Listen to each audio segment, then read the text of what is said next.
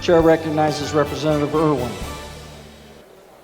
Thank you, Mr. Chair. In speaking to Amendment Item 1, just for everyone's reference, as you may know, this is the bill that is intended to fix the problems that were created by the House's acquiescence to Senate Bill 571, which has caused considerable consternation for all of our local governments, which are facing elections very, very shortly. And the imposition of Senate Bill 571 has caused them great trouble in trying to communicate with their voters about what's happening. So this amendment would seek to just simply strike the problematic language from Public Act 269 of 2015, rather than trying to cobble together some sort of vague words to try to get to where we need to go. This just simply puts the law back to where it was before the House of Representatives and the Senate and the governor messed it up. Thank you, Representative Irwin. Question for the House is adoption of the amendment. Clerk will open the board. The amendment is not adopted.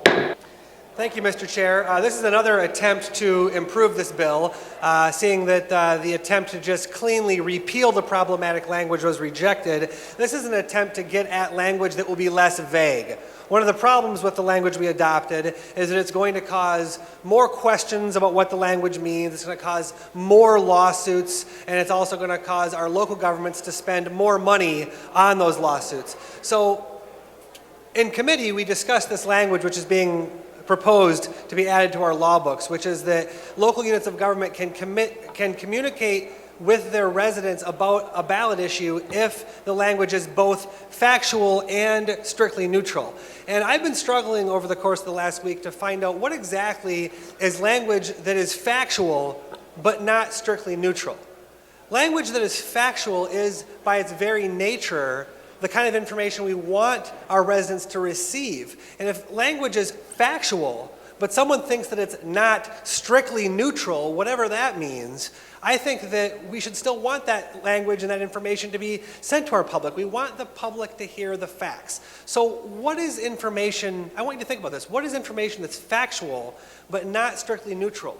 Are we talking about like the mountain of evidence that demonstrates that we're experiencing man-made climate change? Is that the kind of information that's not strictly neutral but is still factual? Is that what you're trying to keep from the public?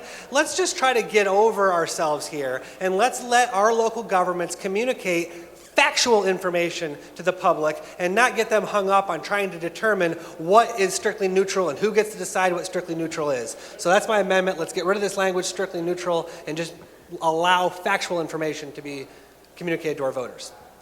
Thank you, Representative Irwin. Question for the House is adoption of the amendment. The clerk will open the board. The amendment is not adopted.